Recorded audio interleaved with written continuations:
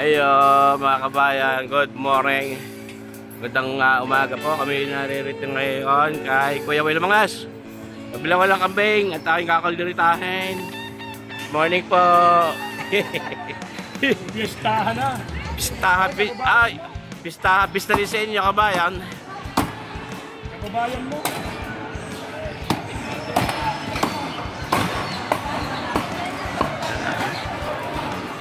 Iyo. Mga galo kabigat siya kabayan. Hello, good morning. Mamimiss ako sa iyo. Masarap ang luto mo. Magkano yan? Ilang kilo yun? 570 rin. Parang 530 lang bigay mo sa akin. Kabayan.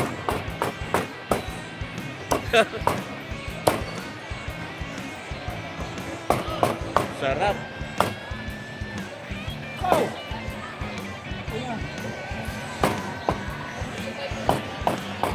Laban yan. Ano ba?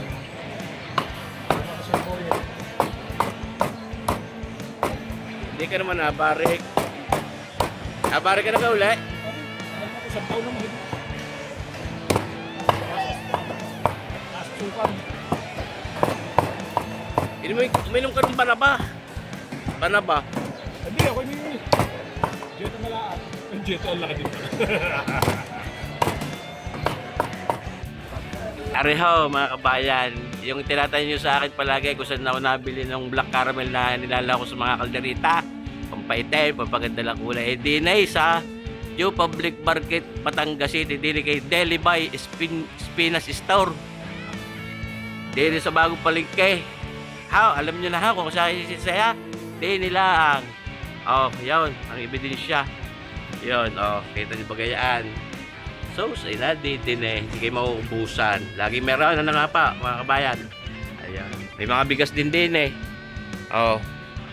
yung umutang ng pira. Hindi daw. Salamat po. Ari, mga malagkit. Ari, din mga iskinitang ari, hanapin nyo lang. Ipagtanong nyo aring Delibay Spinas. At madali namang makita. Ayun, malapit doon sa mismong kalye. Pag-itan na rin, din sa mga karnihan.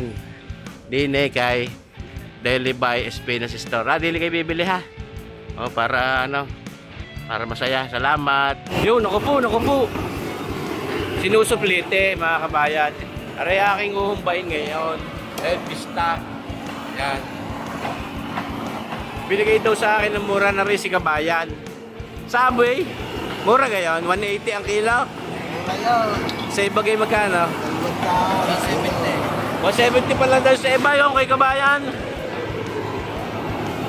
Mahigpit kayo ha. So hindi mo ang yan na lang ay handa. Tama na yan. Maghumba. Sarap. Ayan, syempre, dili tayo sa All Public Market ngayon. Ayan ho. Ang ating panghumba. Ulo ng baboy. Yung sasamahan ko mga kabayan ng big spit. Yung mga binti at paa. Nabili ko naman sa Monterey. Wala nagbebenta dito ng paa lang at binti. Buo talagang pata. Ayan. Ang sarap. Parang pwede na yun natin tuloy. Ay, Diyos, marin ko. Tatanggalin mo yung mga tanggalin mo na kaya kabayan yung buntong yan. Yung yung ito lang pinagnibi na. Ayos.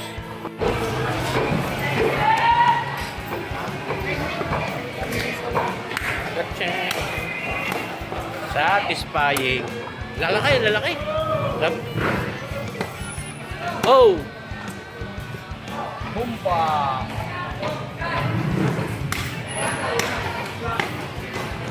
Yan. Minsan pagka kasi kumuha ng isang piraso, hindi man uubusin, hindi sayang. Akala'y mauubos bago hindi naman uubusin.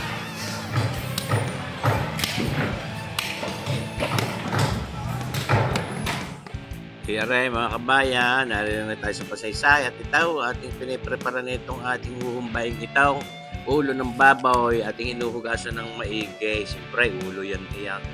Tunay namang dapat yan malinis na malinis bago natin lutuin. Kaya hindi makailang hugas din ang ginawa natin diyan sa ulo ng baboy. Parang sabihin ko sa inyo mga kabayan, yung ating ulo ng baboy na ang pinaka-paborito kong humbain. Nasubukan ko na yung magkumba ng limpo ng mga pata, pero ito talaga ho ang the best. Kaya pag ako'y maghuhumba, lagi ang aking pinipili yung ulo ng baboy. Yan, at yung patitigisin din yan, mga kabayan. Maiga natin yung tubig bago natin na iluto yung humba. May mga twist akong gagawin diyan, mga kabayan. Sana ipanoorin ninyo yung buong video niya pag ipinakita ko na yung mga bago tayo sangkap na pampasarap lalaw diyan sa humba. At ito naman yung ating biniling kulang-kulang 3 kilong karne ng kambing. Yung kay kabayan Kuya Boy Lumanglas. Nako, ay talagang namang napakasarap din naman itong kambing. Kaya pag mga pista sa amin, kahapon, isa sa mga iniluto ko din kasama ng humba, ay hindi pwedeng mawala sa akin mga putahing lulutuin yung pagpista. Yan yung kaldereta ang kambing. Panoorin, huli nyo sanang pagluluto ko niyan, mga kabayan. Marami na rin naman ako naipakitang kaya pero doon sa mga hindi pa nakakapanuwa mga kabayan ito, ako ay talagang mamanan ninyo yung sistema natin ng pagluluto. Yung sariling aking sistema, pwede ninyong gayahin, pwede rin namang hindi kung kayo meron. Mga kabayan, yan ating tinugasan ng maigi.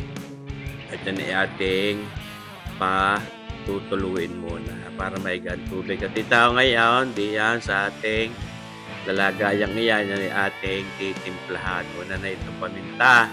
Siyempre, mamarinidlaan natin yan ng mga 1 oras. Hindi rin maganda pag sobrang matagal ang pag-marinate diyan sa ating karne ng kambing. Mga kabayan, konting oras lang, naka 1 oras ay pwede na. Kahit kulang-kulang 1 oras. Yan, nilalagyan natin ng oyster sauce. Siyempre, hindi pwedeng mawala yan. At itong toyong ito. Yan, mga kabayan. Naglagay lang itong mga tiga 3 kutsarang oyster sauce, mga 4 na kutsarang toyo. Ito, hahalu-haluin natin ng papagayan. Kaya nga, ibababad natin. At habang ginagawa ko yan, gusto kong batiin si kabayang Laila Rimulta ng Mulanay, Quezon. Nagpapa-shoutout. Salamat kabayan. Yan Siyempre, ito na ang ating ginawang luto diyan sa ating kalderitang kambing. Ayan mga kabayan. Thank you. Yan, sarap. Marsipaw. Napakasarap niyan. Sana ipanoorin ulit ninyo yung ating pagluluto niya, yung buong video niya pag ipinakita ko din dito sa ating YouTube channel. Mga kabayan, ay sarsa pala, ay ulam na.